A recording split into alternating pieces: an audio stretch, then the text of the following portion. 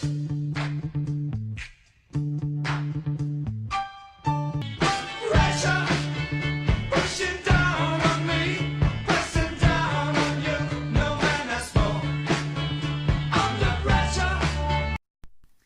is a pressure sore? Pressure-induced skin and soft tissue injuries are localized areas of damage to the skin and/or underlying tissue, which usually occurs over a bony prominence as a result of unrelieved pressure on the skin. The most common areas affected are the back of the head and ears, the shoulders, the elbows, the lower back and buttocks, the hips, the inner knees, and the heels. The lesions are typically related to immobility, i.e. bed-bound or chair-bound individuals, but can also result from poorly fitting casts or other medical equipment or devices.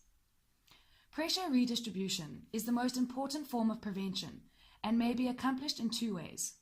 The first being with the appropriate use of pressure-reducing devices and support surfaces, and secondly, by proper patient positioning and repositioning. What is a support surface?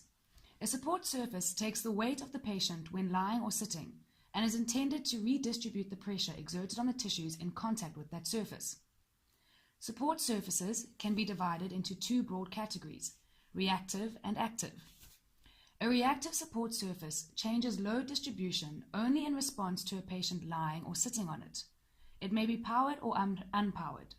Examples include foam mattresses, air or gel-filled surfaces, low air loss support surfaces, and air fluidized support surfaces. Active support surfaces can change its load distribution without a patient on it, and therefore requires a power supply. Pressure is redistributed through the cyclical inflation and deflation of sections of the support surface. But all of this costs money, and often these devices are not available, especially in our setting in South Africa. Therefore, turning and repositioning the patient with particular attention to vulnerable tissue overlying bony prominences remains the cornerstone of prevention.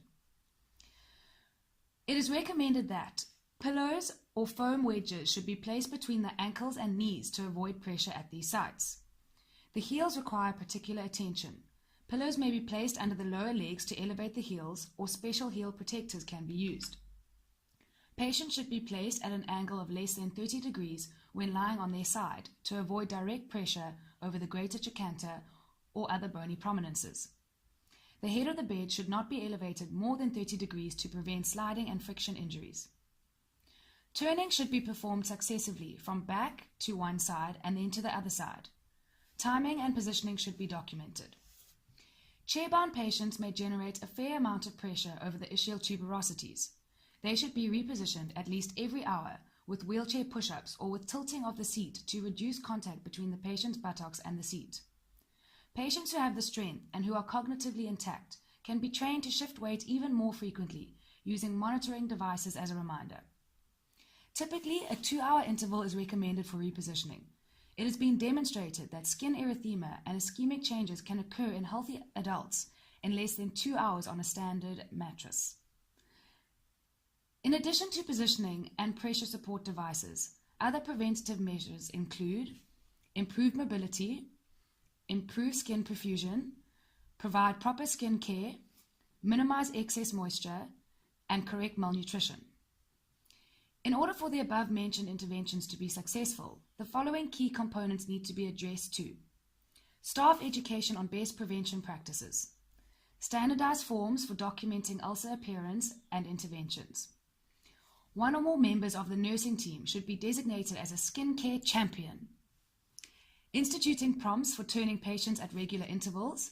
Musical cues played over the public address system at 2-hour intervals should be considered a way to remind nursing staff to turn patients.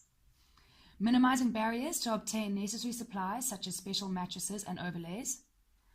Obtaining additional expertise through consultations. And the use of audit and feedback. Ultimately, prevention is always better than cure, and that is why it is crucial to put the above-mentioned interventions into practice in order to save our patients from the burden of pressure-induced soft tissue injuries. Pressure pushing down on me.